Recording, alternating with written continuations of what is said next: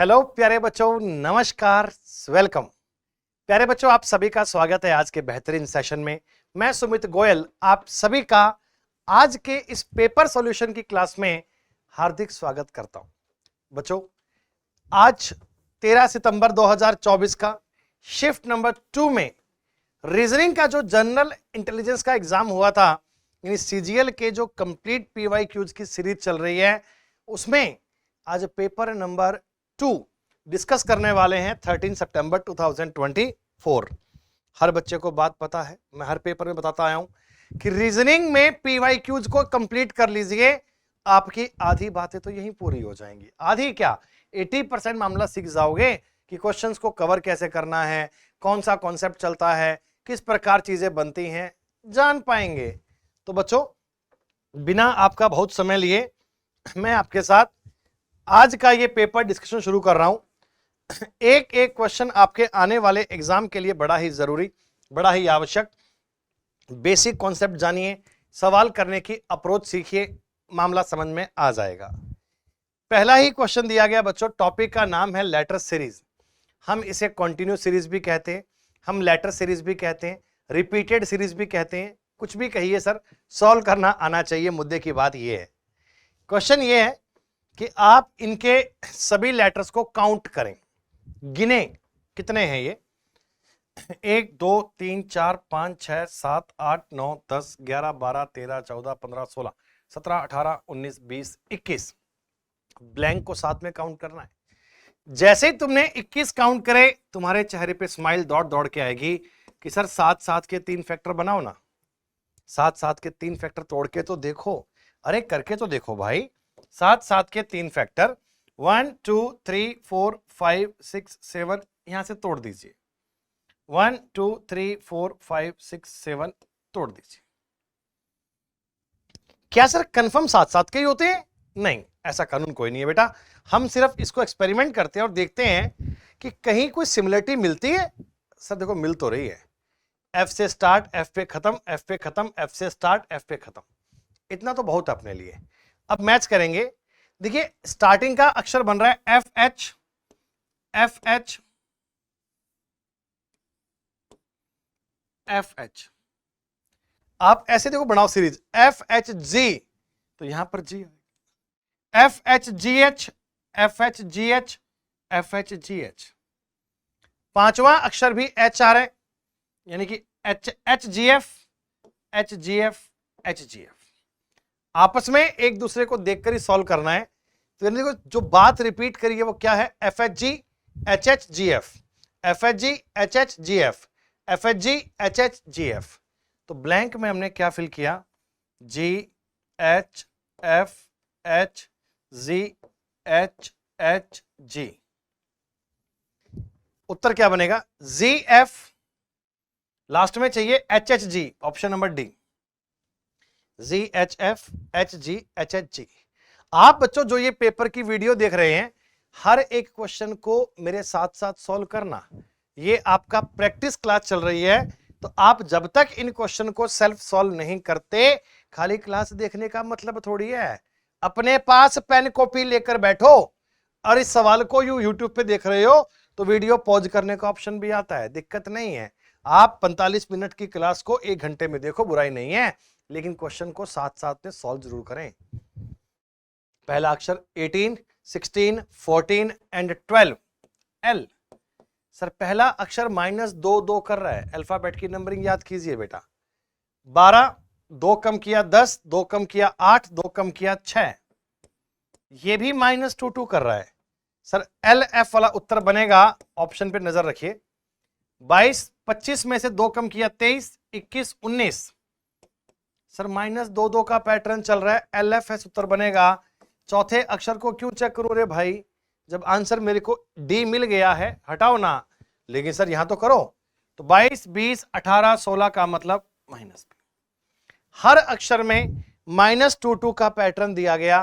प्यारे बच्चों, विशेष ध्यान रखना, अल्फाबेट की नंबरिंग आपके दिमाग में सेव रहनी चाहिए, याद रहनी चाहिए आपको। अल्फाबेट की नंबरिंग, कौन सा अक्षर अल्फाबेट में कितने पे आता है, इस बात का विशेष ध्यान रखिएगा। दिस इज अ बेहतरीन क्वेश्चन, टाइम टेकिंग क्वेश्चन है, नो डाउट।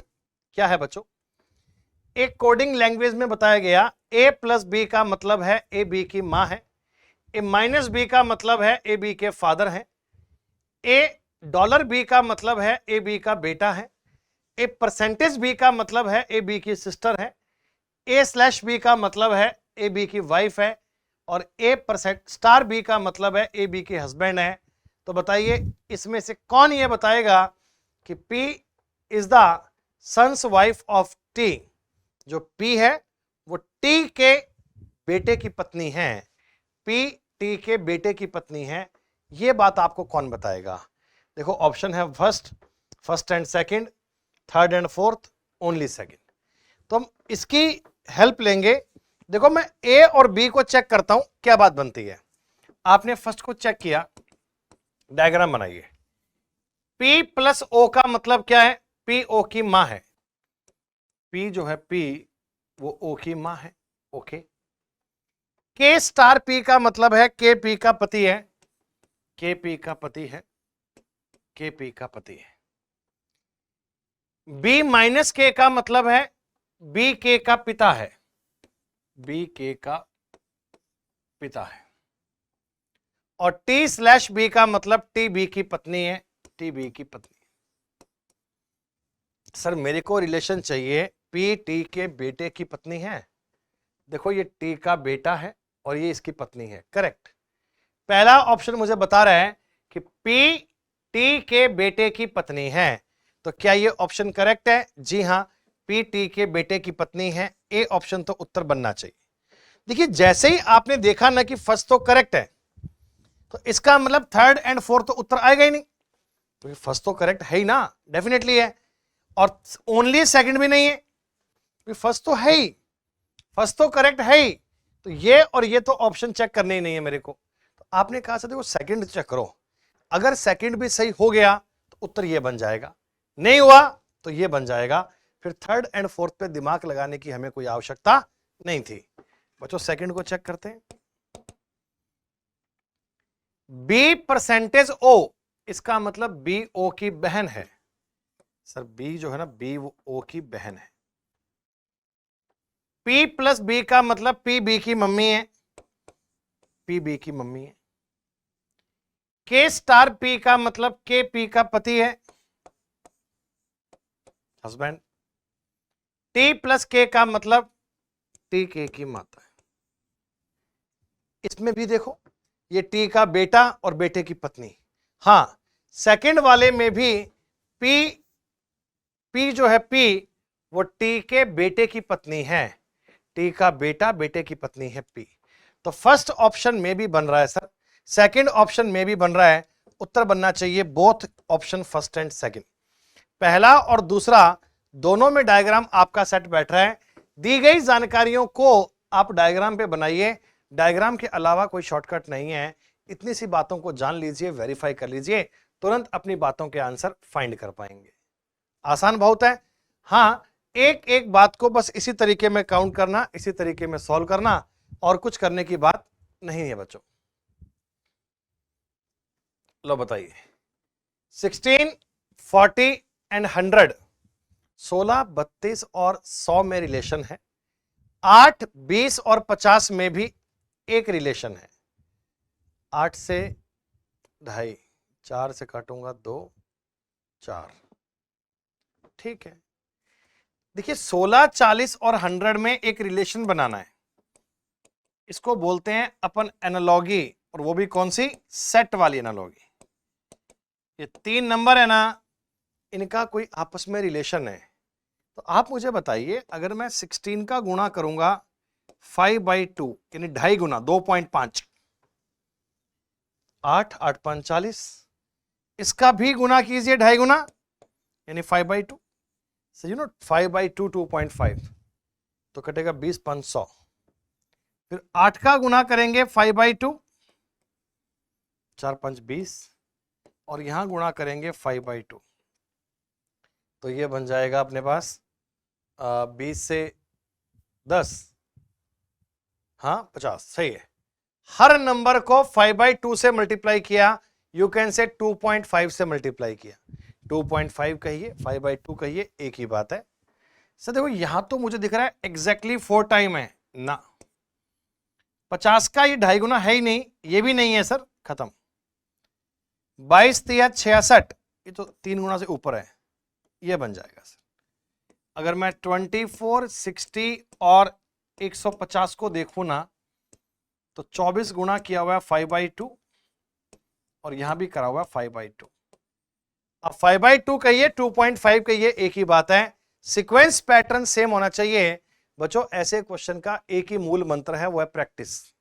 हम जब इनकी प्रैक्टिस करेंगे, अलग से पढ़ेंगे इस टॉपिक को, तो 100-150 क्वेश्चन अभ्यास करेंगे, और जितने ज्यादा क्वेश्चन आप अभ्यास करोगे उतनी आपकी कमांड इन पर बनेगी, उतना अच्छे प्रकार से आप इनको ड्राइव कर पाओगे, उतना जल्दी से सॉल्व कर पाओगे। और आर्ट यही है, रीजनिंग के 25 क्वेश्चन 100% एक्यूरेसी, बढ़िया स्पीड के साथ जो कर गया वो पेपर को जीत गया।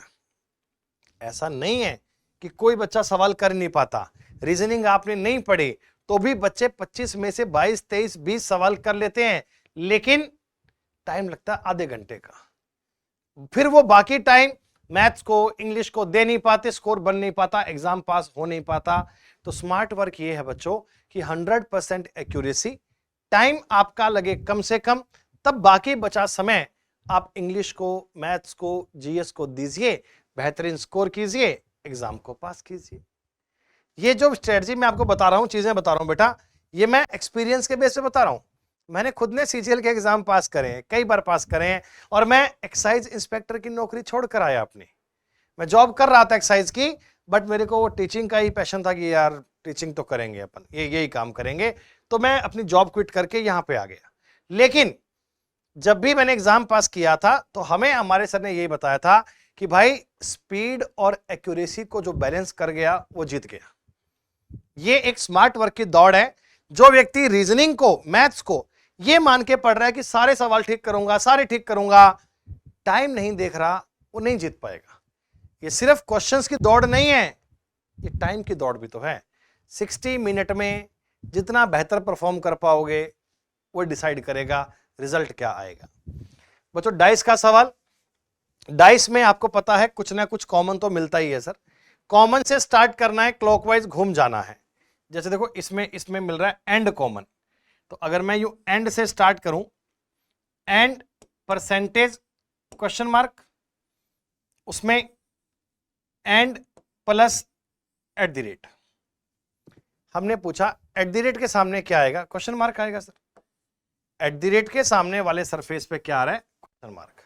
सवाल क्या था कि कॉमन से स्टार्ट करना होता है, क्लॉकवाइज मूव करना होता है। जैसे ही क्लॉकवाइज मूव करोगे किसके सामने क्या है तुरंत चेक कर पाओगे। ये नियम तब काम करता है जब केवल एक सरफेस कॉमन होता है, तब। प्यारे बच्चों 13 सितंबर की इस सेकंड 2 शिफ्ट का एग्जाम है, और फर्स्ट शिफ्ट में सिलोजिज्म का क्वेश्चन नहीं आया था, लेकिन इसमें आया। और ध्यान दीजिए ये जो सवाल है बच्चों, मैंने इसके ऊपर का वो स्टेटमेंट लिखा नहीं है कि यहां आपको कुछ स्टेटमेंट दिए गए हैं, इनको रियल लाइफ से अलग सही मानना है, तो आपको फिर भी इनको चेक करना है। वो सब बातें कॉमन है, वो आप पढ़ते आए हैं, हर क्वेश्चन में फिक्स मिलती हैं। बस आप तो जान लीजिए इनका डायग्राम क्या बनेगा। Some toys are plastic, some toys are plastic, sorry, some toys are plastic, like these are toys, these are plastic,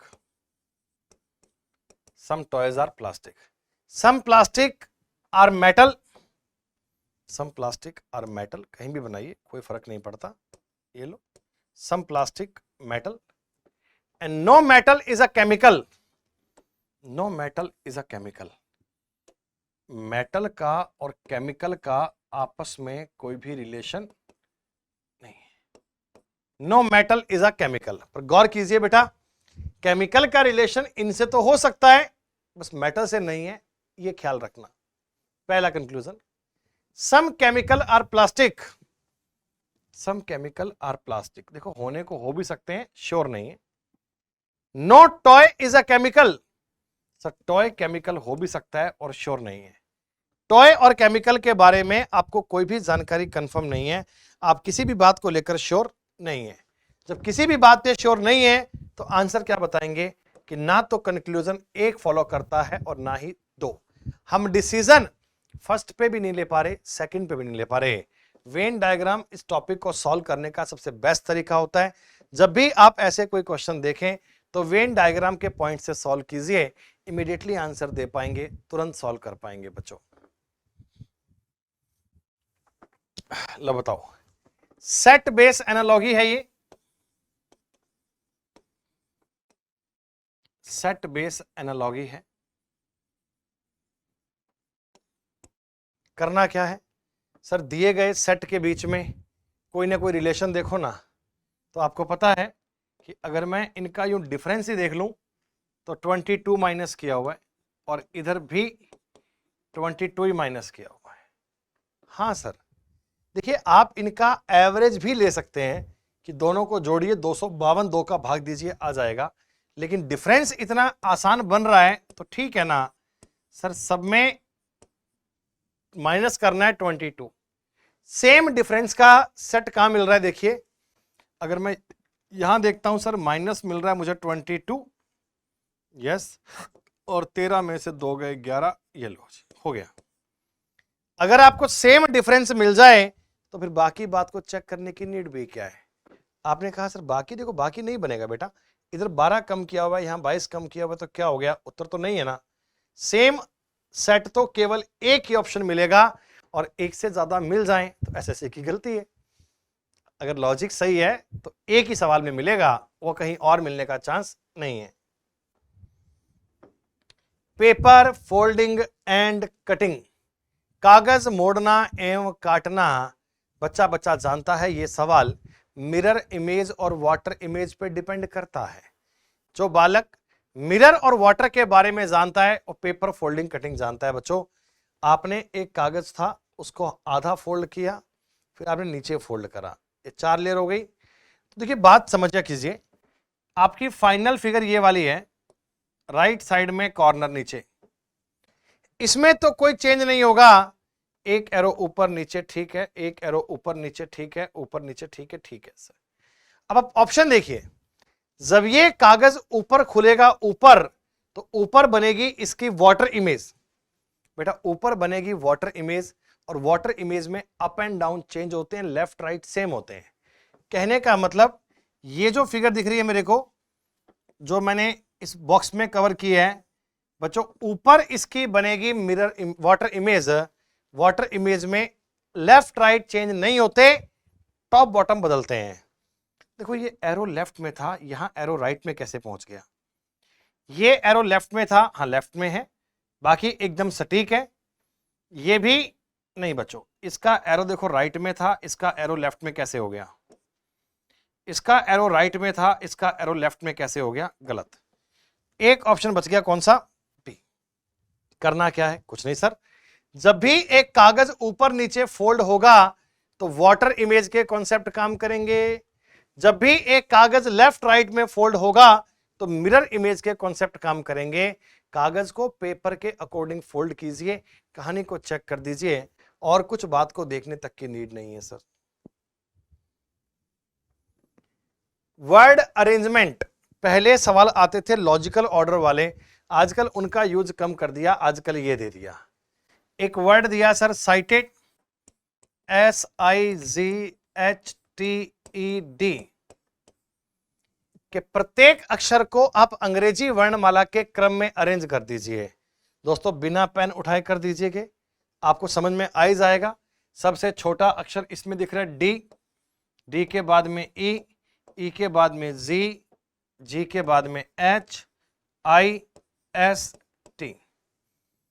पूरे पूरे अल्फाबेट के अक्षर को देखूं मैं, देखो डी, ई, जी, एच, आई, एस, टी, ये ऑर्डर बनेगा, तो कितने अक्षरों का स्थान अनचेंज रहेगा सर। देखो एक तो जी अपने प्लेस पे, एक एच अपने प्लेस पे, और बाकी तो कोई अपने प्लेस पे नहीं है सर, बाकी सब उठापटक हो गए हैं, तो उत्तर बनेगा 2। 2 ऐसे अक्षर हैं जिनका स्थान आज भी वही है, लेकिन बाकी के चेंज हो गए हैं। चेंज कैसे हुए, उनको उनकी पोजीशन में लगाने पर 2 की स्थिति में कोई चेंज नहीं हुआ सर, खत्म। लो बताइए, सिलोजिज्म का इस पेपर में एक और सवाल आया। रीजनिंग के कुछ ही तो टॉपिक हैं जिनका एग्जाम में वेटेज ज्यादा है। ऑल फ्रूट्स आर सॉर, सारे ये हैं फ्रूट्स और सारे सारे खट्टे हैं। These are fruits, all fruits are sour, some sour are vegetable, कुछ इनमें से वेजिटेबल भी हैं, सम वेजिटेबल आर ग्रीन, कुछ वेजिटेबल ग्रीन भी है। This is the basic Venn diagram sir, you know. All vegetable are sour, sir सारी है तो नहीं, हो सकती हैं, कोई क्लियर नहीं है। Some sour are green, sour green हो भी सकते हैं, नहीं भी सर, कोई कंफर्म नहीं है। और जब किसी बात पे आप कंफर्म ना हो, हम उसे बोलते हैं पार्शली। पार्शली का मतलब कि डिसाइड नहीं कर सकते, मतलब कि लॉजिक में इसे गलती मानते हैं। तो लॉजिकल हमारे सवाल का उत्तर बनेगा, ना तो कंक्लूजन एक फॉलो करता है और ना ही दो। दो कंक्लूजन दिए गए सर, ना तो कंक्लूजन एक फॉलो करेगा ना ही two, both conclusion are wrong, दोनों ही सही नहीं है, यही आंसर बनेगा। सिलोजिज्म टॉपिक एक आसान टॉपिक है, एक दो सवाल पेपर में आते रहते हैं, इसी तरह सॉल्व कीजिए। और आप ये जो मैंने साइन लगाया है ना पार्शली रॉन्ग का, इसका मतलब क्या होता है, ये जब कंप्लीट क्लास पढ़ेंगे तो जान जाएंगे कि कंक्लूजन को हम तीन प्रकार से ड्राइव करते हैं, राइट, रॉन्ग और पार्शली, वहीं से उत्तर बन जाता है सारा। लो बताओ, नंबर सीरीज को तो यूं सॉल्व कर दिया करो तुरंत, इमीडिएटली। क्या है नंबर सीरीज? बड़े आसपास के नंबर दिख रहे हैं सर।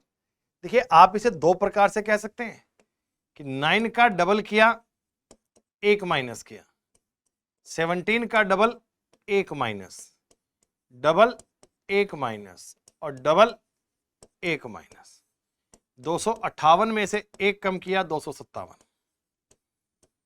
प्रत्येक नंबर का हमने डबल किया और 1 माइनस कर दीजिए, प्रत्येक नंबर का हमने डबल किया और माइनस कर दिया 1 1। हम इसी कहानी को एक बार और कर सकते हैं सर। नंबर सीरीज में बहुत सारे ऐसे क्वेश्चंस बनते हैं जिन पर लॉजिक आप मल्टीपल लगा सकते हैं सर। 8, 16, 32, 64, यानी डिफरेंस को हर बार डबल किया जा रहा है, तब भी आपके सवाल का उत्तर सेम आएगा, उत्तर में कोई फर्क नहीं पड़ेगा सर। आप ये भी कह सकते हैं सर डबल करके 1 कम कर रहा है, आप ये भी कह सकते हैं डबल करके, सॉरी, नंबर का डिफरेंस डबल किया जा रहा है। लॉजिक ये भी सही है, ये भी सही है, जो आपके दिमाग में जल्दी क्लिक हो जाए, जिसको आप ठीक से कर पाए, वही आंसर है। वाह, फिगर सीरीज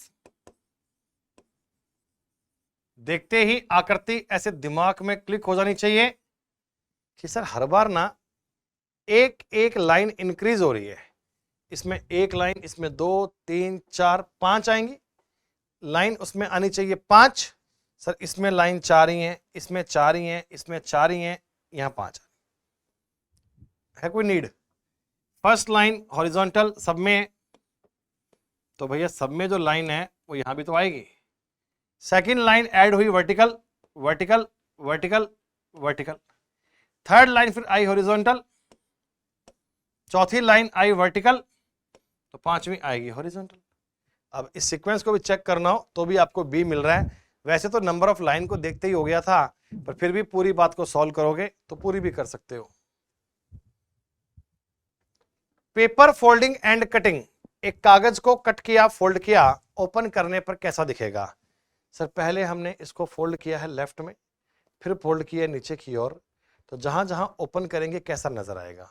सर एक बात जान लीजिए, जब भी कागज ऊपर नीचे खुलेगा तो आकृति बनेगी वाटर इमेज, जब भी कागज लेफ्ट राइट में खुलेगा आकृति बनेगी मिरर इमेज। अगर प्यारे बच्चों मैं इस बीच की आकृति को देखूं ना, देखो ये आकृति इस प्रकार एक रोम्बस सा बन रहा है यूं, तो स्क्वायर तो बनने का मतलब ही नहीं है।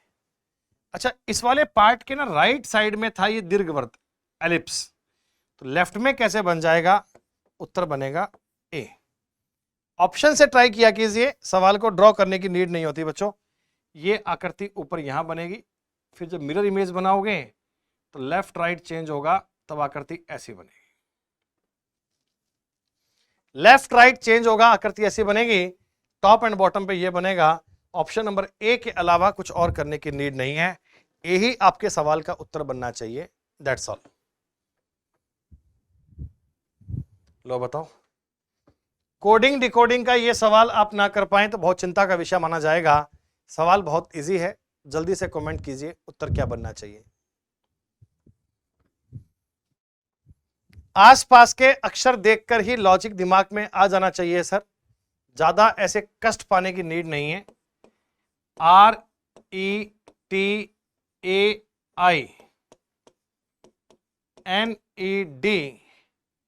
सर हमने इसका कोड किया है ENIATERD।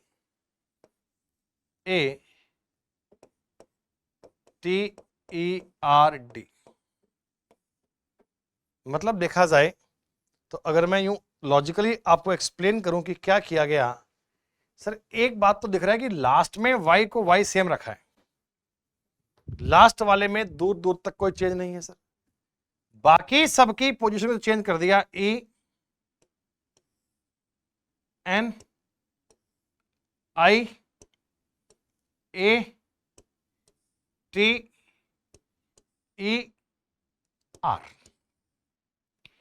पूरा पूरा वर्ड ही आपने पलट के लिखा है, बस खाली लास्ट वाले डी को नहीं छेड़ा, उसको उसकी जगह पे सेम रहने दिया। सर ऐसे ही एक वर्ड और दिया गया मैच्योरिटी, MATURITY मैच्योरिटी। अब आप अगर कोड देख भी लेंगे तो जान पाएंगे कि सर देखो लास्ट वाले को y रहने दो, बाकी बदल दो, TIRUTAMY।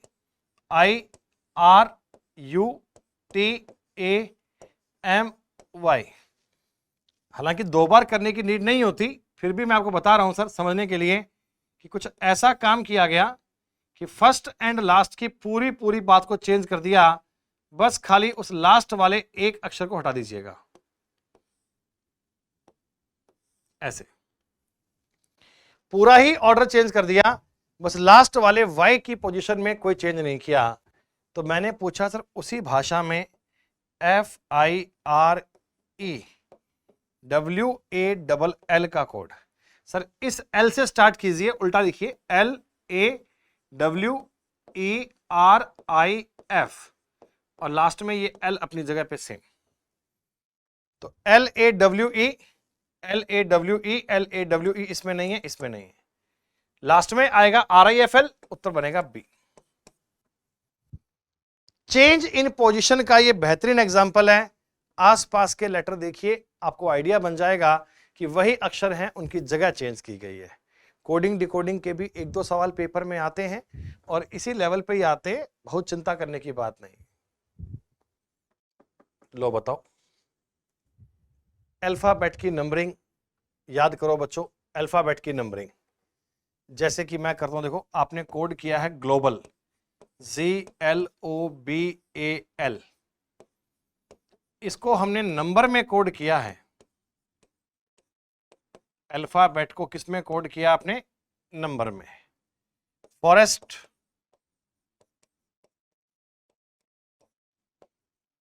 ट्वेंटी 14, 11, 24। प्यारे बच्चों, ऐसी कोडिंग करने के लिए जरूरी है आप ये जान पाएं कि अल्फाबेट की नंबरिंग क्या होती है। जी आता है 7 पे, एल आता है 12 पे, ओ आता है 15 पे, 2 पे, 1 पे और ये 12 पे। देखिए अगर मैं देखूं ना तो आपका जो कोड बनाया गया वो 20 माइनस पोजीशन दी गई, यूं कहिए कि उनका जो सम है ना, सम वो 29 करना है। जैसे जी आता है 7 पे, 7 को 29 में से माइनस कीजिए 22। ऐसे कोई नंबर बनाया 29, देखो 7 को माइनस किया 29 में से 22 लिख दिया, 12 को माइनस कीजिए 29 में से 17, 15 को माइनस कीजिए 29 में से 14, 2 को माइनस कीजिए 27, 1 को माइनस कीजिए 28, 12 को कीजिए 17। यानी कि लेफ्ट और राइट का जो सम है वो 29 करना है बच्चों। एफ आता है देखो 6 पे 29, ओ आता है 15 पे 14, आर आता है 18 पे 11, ई आता है 5 पे 24, एस आता है 19 पे 10, टी आता है 20 पे 9। बात समझ में आई कि जो भी उसकी पोजीशन है उसको 29 में से माइनस कर दीजिए, 29 में से घटाइएगा, उत्तर बन जाएगा। सर हमने पूछा उसी लैंग्वेज में उसी तरीके में इंपैक्ट का कोड क्या बनेगा। सर देखो आई आता है 9 पे, इसे 20 करना पड़ेगा, इंपैक्ट प्लेयर आता ना आईपीएल में, 13 को घटाओ 29 में से 16, पी आता है 16 पे, इसको करेंगे 13, एक को करेंगे 28, 3 को करेंगे 26, तो 20 को करेंगे 9। ये इसका कोड बनना चाहिए 29 में से माइनस करते हुए। तो करेक्ट आंसर बनेगा सर 2016 से स्टार्ट होगा, ये तो नहीं है, लास्ट में आ रहा है 269, 269 तो एक ही बार लिखा है आपने, B, B is the correct answer. बेहतरीन सवाल है। अल्फाबेट की नंबरिंग आनी चाहिए, सम को 29 करना आना चाहिए। 29 क्यों किया, कोई विशेष कारण नहीं है सर, इनका जैसा मन करे वैसे कर सकते हैं, उसी हिसाब से सवाल बन सकता है। लो, one of the best question, odd one out. Odd one out का मतलब होता है बच्चों 4 में से 3 बातें एक जैसी हैं। जब 4 में से 3 बातें एक जैसी हैं तो उनमें कोई सिमिलरिटी बनती है, उनमें कोई ग्रुप बनता है, तो उनमें से हमें एक बात को अलग करना है। अलग क्या होगा? 83 97, 73 79, 61 71, 31 एंड 41, 3 बातों में सिमिलरिटी है, डेफिनेटली है बच्चों। हमें एक नंबर आने चाहिए। हमने आपको पहले भी बताया है, फाउंडेशन कोर्स में पूरी बातें समझाई हैं कि अभाज्य संख्याएं माइंड में ये सेव रहनी चाहिए। What are the prime number? Prime number अभाज्य संख्याएं वो होती हैं जो एक और खुद से ही डिवाइड होती हैं, या मैं कहूं जिनके केवल और केवल 2 फैक्टर होते हैं। एक फैक्टर होता है 1 और सेकंड होता है इटसेल्फ। ये नंबर क्या होते हैं सर? 2 3 5 7 11 13 17 19 23 29 31 37 41 43 47 53 59 61 67 71 73 79 83 89 97।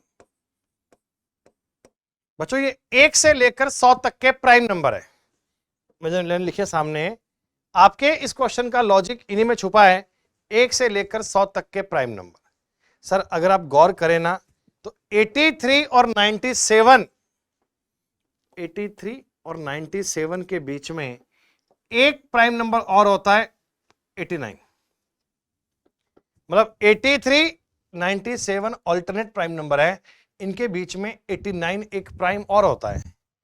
सर 73 79 ये कॉन्जुगेटिव प्राइम नंबर है, ये लगातार अभाज्य संख्याएं। 73 79 क्या होते हैं? कॉन्जुगेटिव प्राइम नंबर है, ये लगातार अभाज्य संख्याएं। 61 71 के बीच में एक प्राइम और है, 67 ये रहा, 61 67 71। 31 30 41 के बीच में एक प्राइम और है, 37। तुरंत समझ में आ गया होगा कि ऑड वन आउट बच्चों तभी कर पाते हैं जब 3 बातें सेम कर पाते हैं। और हमें यह कहना होगा कि बाकी तीनों, option A C D alternate prime number है, option B conjugative prime number है, तो कायदे में सवाल का उत्तर बी बनना चाहिए। These are the conjugative prime number. उत्तर सवाल का बी बनेगा, दैट्स ऑल। बताइए, बोर्ड मास का क्वेश्चन है। सर प्लस और माइनस को आपस में इंटरचेंज कर दीजिए, मल्टीप्लाई और प्लस और माइनस को माफ कीजिए, मल्टीप्लाई और डिवाइड को भी चेंज कर दीजिए। सर 2 सिंबल चेंज करने, प्लस माइनस मल्टीप्लाई डिवाइड। अगर मैं करूं देखो 107 माइनस 2028 भाग 6 प्लस 427 गुणा 7, जहां प्लस था वहां माइनस, जहां माइनस था वहां प्लस, मल्टीप्लाई था डिवाइड, डिवाइड था मल्टीप्लाई माइनस। 6 3 जा 18 2 2 6 3 जा 18 4 8 8 338 प्लस 7 7 49 4 कैरी 18 सॉरी हाँ 18 8 1 कैरी 2989 सही है। यस 2989 और 107 3089 3096 माइनस 338। 16 में से 8 गए 8, बचेंगे 8 में से 3 गए 5। 2758 is the correct answer, option number A. Basic calculation है, मल्टीप्लाई है, डिवाइड है, नंबर को जोड़ना घटाना आना चाहिए, इसके अलावा कोई विशेष कारण नहीं था बच्चों। यह तो ध्यान रखना कि बोर्डमास का नियम तो काम करेगा ही करेगा, bracket of divide multiply add और सब्ट्रैक्ट ये तो फॉलो करने ही करने हैं। अगेन वही 4 में से 3 बातें सेम है, एक उनमें से अलग है, अलग बात का चयन कीजिए। बच्चों सवाल का नाम होता है classification, like S V Z E H Y B D E T W Y Z. हमें देखना क्या है कि 4 में से 3 बातें एक जैसी हैं, हाँ होंगी ना पक्का। 19 और 3 22, 22 और 2 24, 24 और 2 26, 5 और 3 8, 2 10, 1 11, 25 3 28, 2 2 4, 4 1 5, 20 3 23, 25 1 26। यानी कायदे में देखा जाए बच्चों तो ऑप्शन नंबर ए के अलावा और कोई उत्तर बनने का चांस भी नहीं है। बाकी सब में 3 2 1 3 2 1 3 2 1 चल रहा है, जबकि ए उनसे अलग था, ए इनसे अलग था, ये आंसर बन नहीं पाएगा। सुनो, वैकेंट और एम्प्टी दोनों एक दूसरे के सिनोनियम्स हैं। वैकेंट मतलब खाली, एम्प्टी मतलब खाली, दोनों ही एक दूसरे के सिनोनियम्स हैं। वैसे ही क्राउड, क्राउड का मतलब भीड़, लोग ज्यादा हैं, भीड़, पूरा ऐसे भीड़ है, इसका संबंध किससे होगा? थ्रॉन्ग।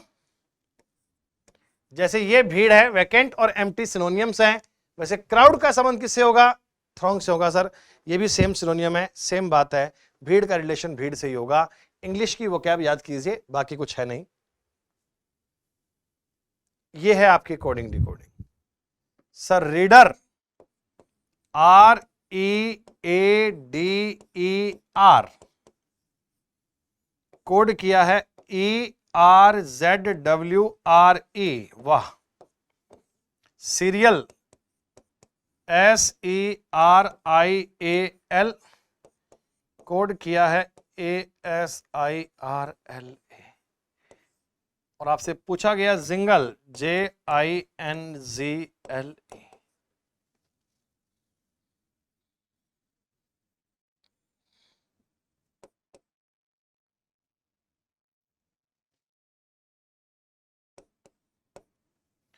पहले बच्चों एक बात ध्यान रखना, इस कोडिंग डिकोडिंग में, एनालॉजी में एक बात बड़ी काम आती है, इसे हम बोलते हैं opposite letter pair.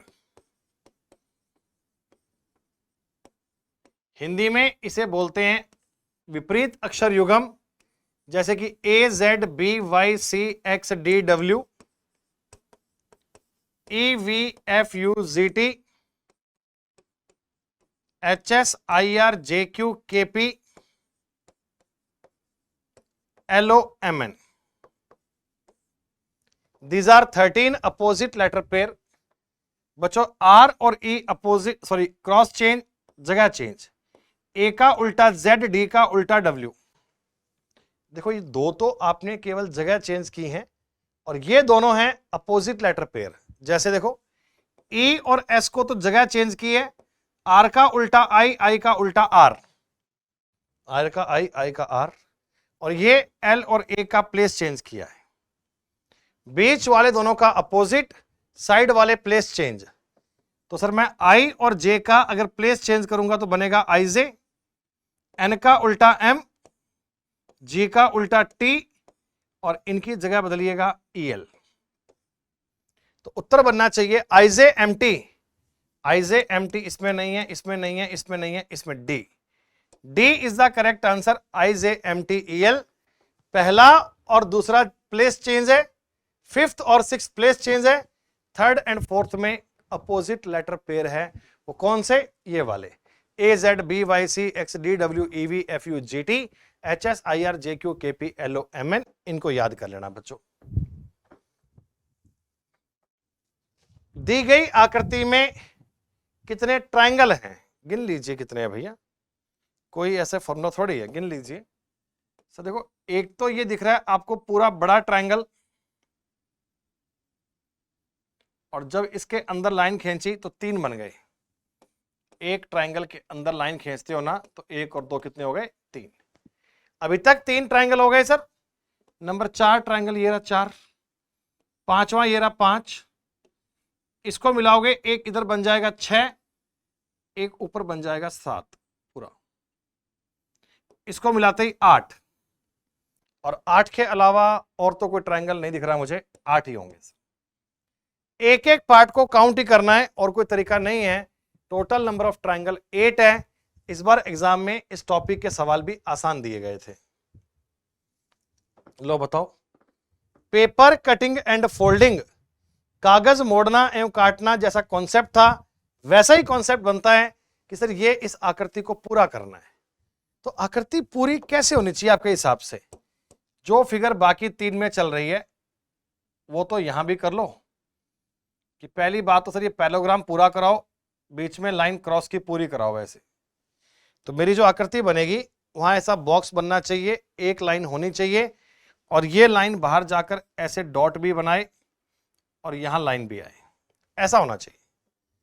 Sir last वाले में ये बीच में लाइन ड्रॉ करना भूल गए, इसमें ये लाइन एडिशनल है, इसकी नीड नहीं थी मुझे। यहां लाइन चाहिए सर, इस लाइन की कोई नीड नहीं है मुझे। उत्तर ए बनेगा। सेम फिगर बननी चाहिए ऑप्शन नंबर ए में, ए के अलावा और कोई आंसर नहीं बन पाएगा। आसान। सर जो रिलेशन फिगर 1 का 2 से है, 3 का किससे है? आप इसे फिगर बेस एनालॉगी भी कह सकते हैं, आप चाहें तो इसे नॉर्मल सीरीज भी कह सकते हैं। फिगर 1 का 2 से क्या संबंध है? सर 1 वाली फिगर को आपने 180 फ्लिप कर दिया, मतलब इस फिगर की वाटर इमेज बना दी। ये तिकोना एरिया ऊपर था, अब नीचे कर दिया, ये क्या बन गया? Water image. तो इसकी वाटर बनाइएगा, तो वाटर बनाओगे तो पूरा 180 रोटेट कर दीजिए। सर पहली बात, अंदर ट्रायंगल है वो गायब थोड़ी हो जाएगा। आकृति नीचे, ट्रायंगल नीचे, बी ऑप्शन में है, सही है। इसमें ट्रायंगल सीधा है, इसमें आकृति सीधी है। 1 से 2 में हमने आकृति की वाटर इमेज बनाई है, तो 3 से 4 में भी वाटर इमेज बना दीजिए, काम खत्म। कुछ कुछ आपको सिंबल चेंज करने की बात कर रहा है बच्चों, कह रहा है मल्टीप्लाई की जगह आप कर दीजिए डिवीजन। ओके, डिवीजन की जगह पे आप कर दीजिए प्लस, प्लस की जगह पे कर दीजिए मल्टीप्लाई, और माइनस में कोई चेंज मत कीजिए। ओके, माइनस को माइनस रहने दीजिए, कर देते ना।